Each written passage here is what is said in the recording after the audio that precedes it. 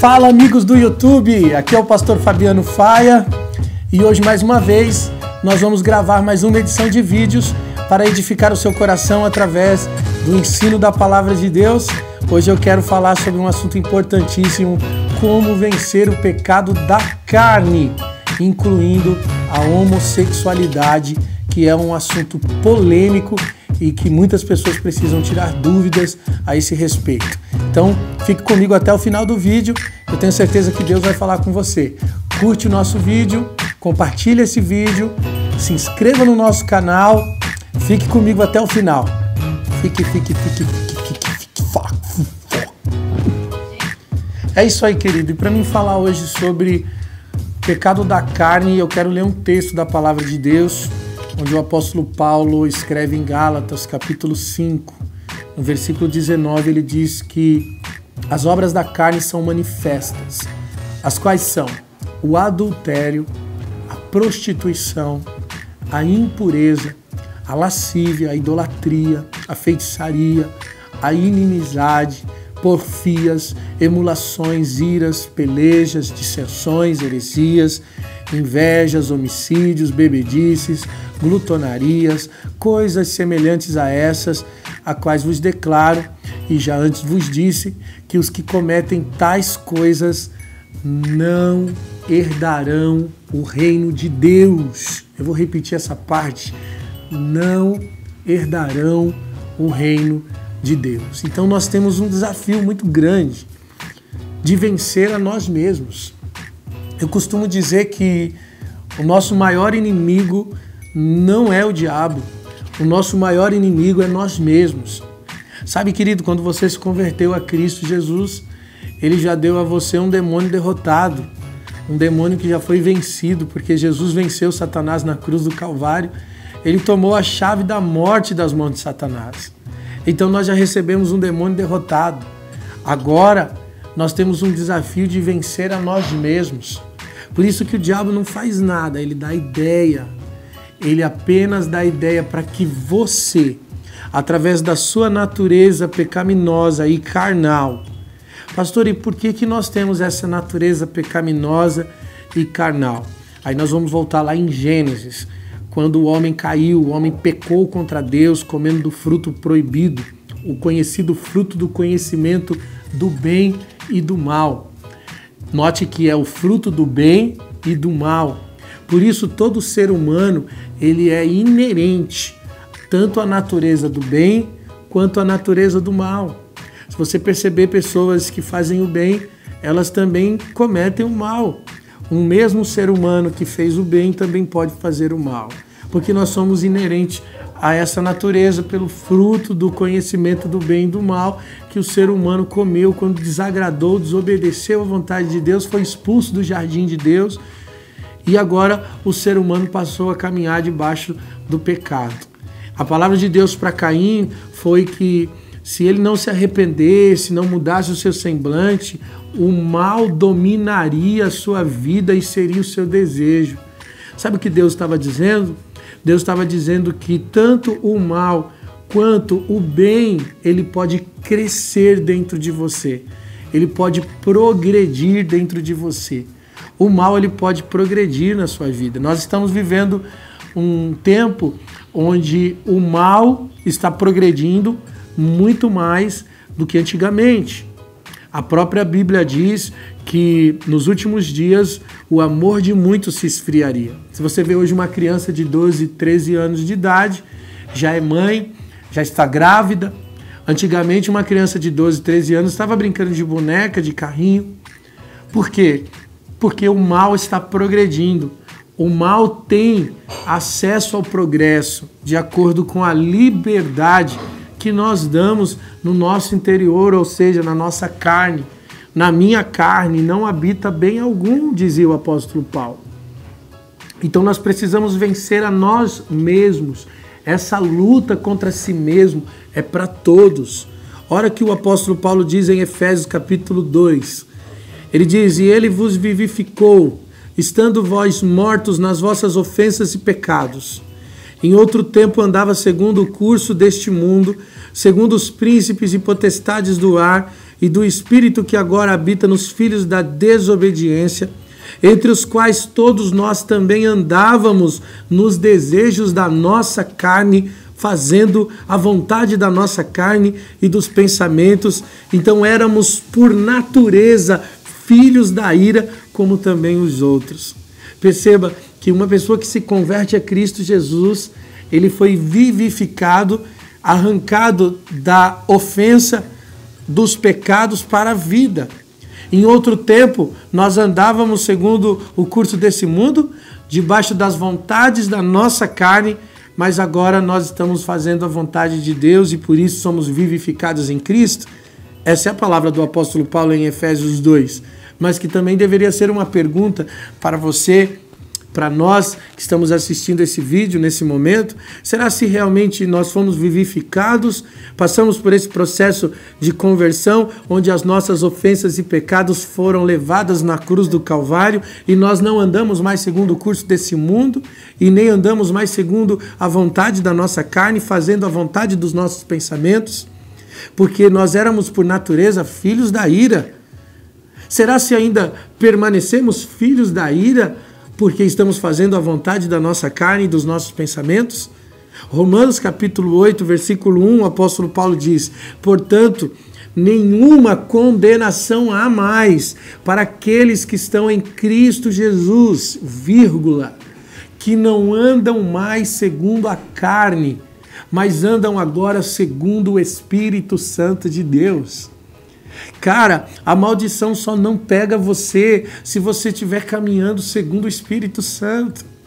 Não é só erguer a mão e aceitar a Jesus. Não é só descer as águas do batismo. Não é só fazer parte da igreja. A Bíblia diz que a maldição não tem mais poder sobre a sua vida se você anda segundo o Espírito. Se você andar segundo a vontade de Deus pelo Espírito. Romanos capítulo 8, versículo 5. O apóstolo Paulo diz que os que são segundo a carne se inclinam para as coisas da carne, mas os que são segundo o Espírito se inclinam para as coisas do Espírito.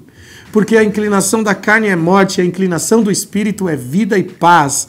Portanto, a inclinação da carne é inimizade contra Deus, e pois ela não é sujeita à lei de Deus e nem pode ser. Então nós não podemos viver a vontade de Deus enquanto estamos fazendo a vontade da nossa carne. Muito pelo contrário, nós nos tornamos inimigos de Deus quando cumprimos os desejos da nossa carne. Não é só erguer a mão para Jesus. Eu tenho uma luta contra mim mesmo agora. Eu tenho que renunciar os meus desejos. Eu tenho que renunciar às minhas vontades. Gálatas capítulo 5, versículo 16, o apóstolo Paulo diz: digo, porém, andai em espírito, e não cumprireis as concupiscências da carne. Andai em espírito, e não cumprireis as concupiscências da carne.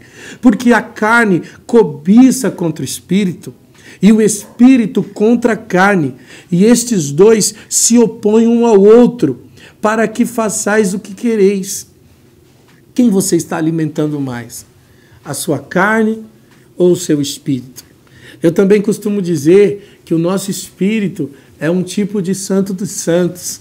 É onde Deus desce, é onde Deus vem, é onde o Espírito Santo de Deus se comunica. A Bíblia diz que o Espírito de Deus testifica com o nosso espírito que somos filhos de Deus. É no nosso espírito que nós temos o contato com a divindade de Deus. Nós somos um ser tripartido, corpo, alma e espírito. E é no nosso espírito que Deus pode se relacionar conosco. A nossa alma é a fonte das vontades, dos desejos, dos sentimentos, do querer do homem. E o nosso corpo, ele se alimenta da alma e do espírito. Agora, se nós alimentamos o nosso espírito da presença de Deus, da comunhão com o Espírito Santo, de uma vida de oração, então o nosso espírito vai influenciar toda a tricotomia. Saiba que a alma, ela é como o pêndulo. A alma é o meio campo do caminho. Porque a alma, ela tanto se alimenta do espírito, como ela se alimenta da carne. Se você alimenta o seu espírito, então a sua alma vai ter sede de Deus, como Davi dizia, a minha alma tem sede de ti, a minha alma anela por ti, Deus meu. Davi dizia isso, mas porque ele tinha um espírito alimentado pela presença do Espírito Santo, que converteu a sua alma. Se nós tivermos um espírito adormecido, sem alimentá-lo com a presença de Deus, com uma vida de oração, de meditação na palavra de Deus, a nossa alma, ela vai se alimentar do corpo, dos desejos, das vontades, do prazer e do querer. Gálatas capítulo 6, versículo 8, o apóstolo Paulo diz: porque o que semeia na sua carne, da carne ceifará a corrupção, mas o que semeia no Espírito, do Espírito ceifará a vida eterna. Nós precisamos ceifar do Espírito. Nós precisamos buscar no Espírito, não na nossa carne. Na minha carne não habita bem algum. Sabe, querido, o pecado da carne, da prostituição, do adultério, da lascívia, do desejo desordenado e até mesmo a homossexualidade, essa confusão carnal que acontece muitas vezes no coração de muitos jovens e muitas pessoas que estão aí na prática da homossexualidade, é nada mais, nada menos do que a inclinação da carne. A inclinação da carne, diz a Bíblia, que ela é morte. E o homossexual não é diferente do hétero. As obras da carne, sejam o adultério, seja a fornicação, seja o desejo desordenado pelo sexo, ou seja a homossexualidade, é incluída como obras da carne. E eu quero provar isso para você através da palavra de Deus, que o homossexualismo também é obras da carne, é fraqueza da carne como qualquer outra fraqueza. Paulo disse em 1 Coríntios capítulo 6, versículo 9, ele disse: não sabeis que os injustos não hão de herdar o reino de Deus? Por isso não erreis, porque nem os devassos, nem os idólatras, nem os adúlteros, nem os efeminados, nem os sodomitas. Os efeminados aqui fala de um homem com uma tendência feminina. Os sodomitas na Bíblia são aqueles caras no Antigo Testamento que tinham relações sexuais homem com homem, né, e cometiam torpeza diante de Deus. Levítico capítulo 18, versículo 22, tem um mandamento do Senhor dizendo: não se deite um homem com outro homem como quem se deita com uma mulher, porque é repugnante. Paulo diz em Romanos capítulo 1 e versículo 21, ele diz: portanto, tendo conhecido a Deus, não glorificaram como Deus, nem lhe deram graças, antes em seus discursos se desvaneceram no seu coração insensato que se obscureceu, dizendo-se sábios, tornaram-se loucos, mudaram a glória do Deus invisível, a semelhança do homem corruptível, de aves, de quadrúpedes, de répteis. Está falando da idolatria do homem que levantaram ídolos para si.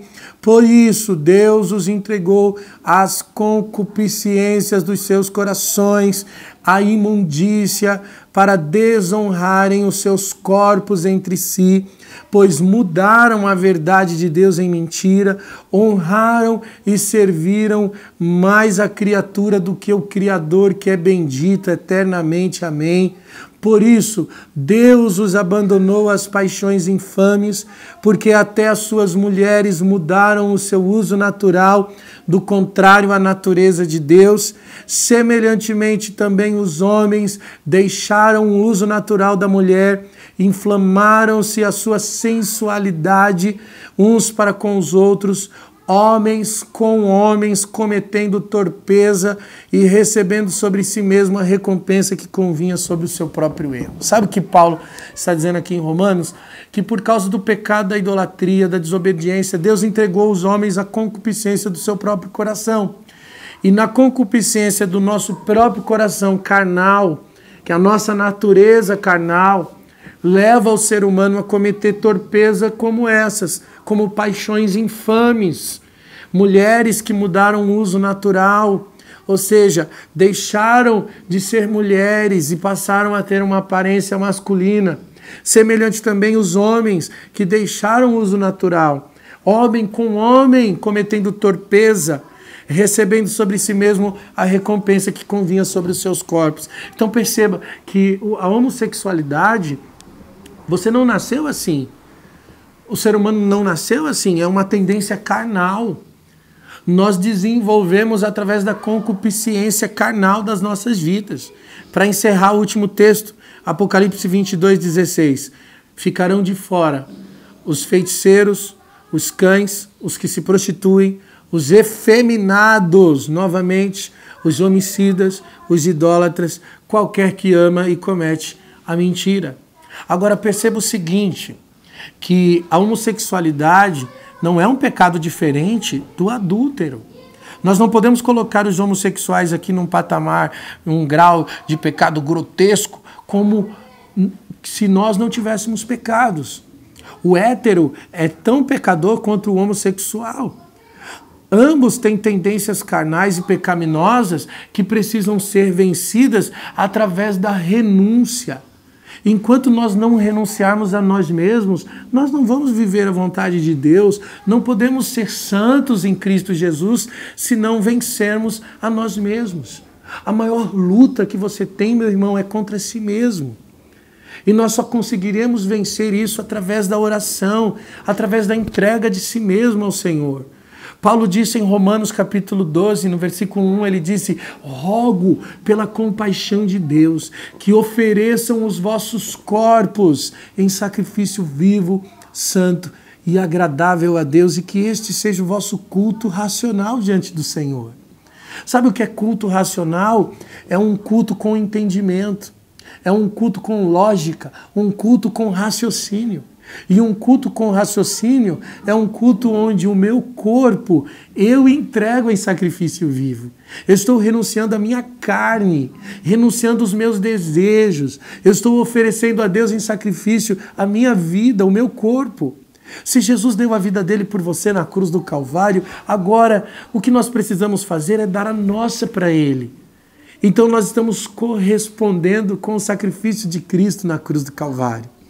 Paulo disse em Romanos 8,13, porque se vivermos segundo a carne, morreremos, mas se vivermos pelo Espírito, então mortificaremos as obras do corpo e viveremos. O viver pelo Espírito tem o poder de mortificar o corpo, de mortificar as tendências da carne. Por isso Jesus disse, antes de ir para a cruz do Calvário, eu preciso ir para a cruz. Porque se eu não for, o Consolador não virá. Mas se eu for, então o Espírito Santo virá. E ele convencerá o homem do pecado, da justiça e do juízo. Só o Espírito Santo pode aniquilar, mortificar as obras da carne. Por isso Jesus foi para a cruz. Ele não foi para a cruz só para pagar o preço, mas também para que nós tivéssemos o direito de receber o Espírito Santo, para receber a capacitação de vencer a nossa inclinação carnal, para vencer os nossos desejos carnais, para vencer a nós mesmos. Gálatas capítulo 2, versículo 20, o apóstolo Paulo disse: eu já estou crucificado com Cristo e já não vivo mais eu, mas Cristo vive em mim, e as obras que vivo-a na carne, vivo-a na fé do Filho de Deus, o qual me amou e se entregou por mim.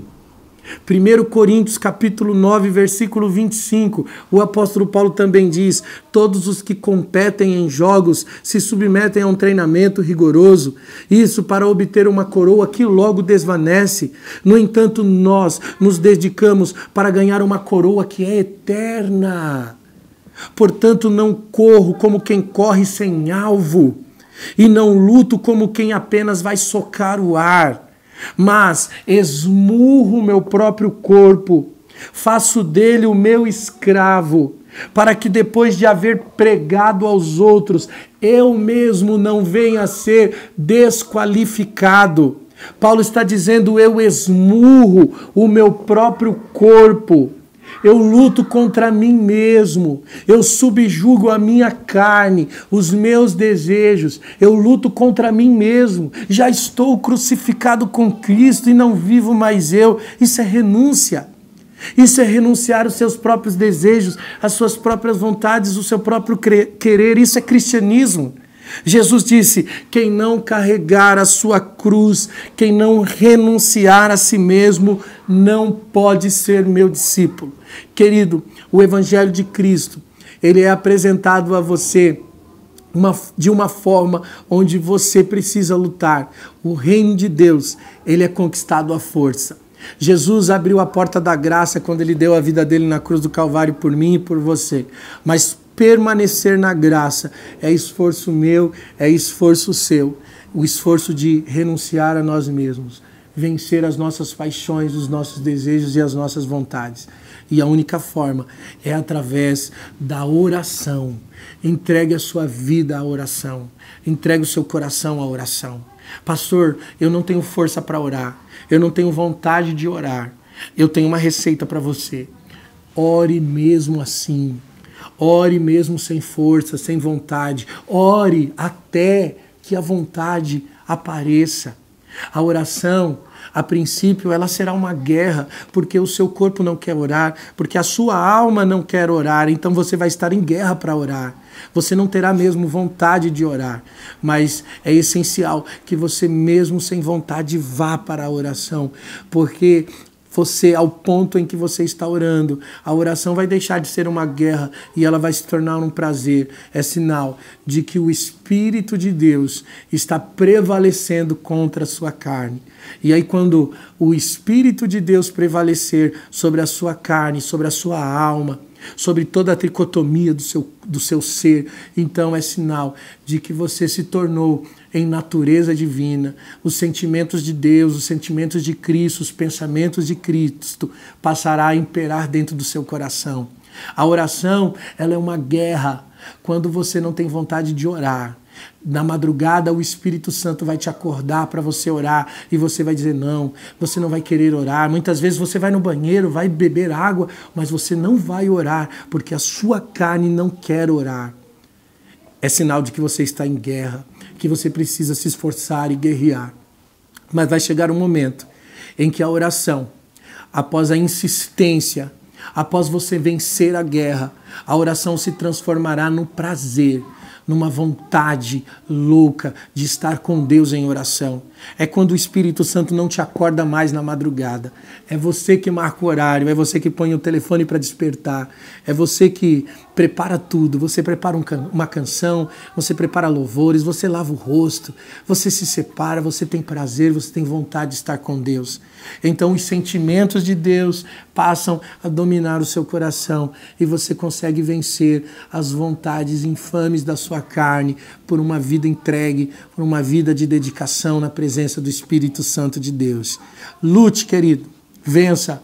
Você pode vencer o pecado da carne, você pode vencer a masturbação, você pode vencer o adultério, a fornicação, você pode vencer a homossexualidade, você pode vencer qualquer inclinação, qualquer tipo de desejo que flui da sua carne, alimentando uma vida no Espírito. Que Deus abençoe você, receba essa palavra no seu coração. É isso aí, galera. Se você gostou desse vídeo, curte, compartilha, nos ajude a espalhar a boa palavra de Deus. Marca alguém aí que você sabe que precisa ouvir essa palavra. Que Deus abençoe a sua vida. Até a próxima, em nome de Jesus.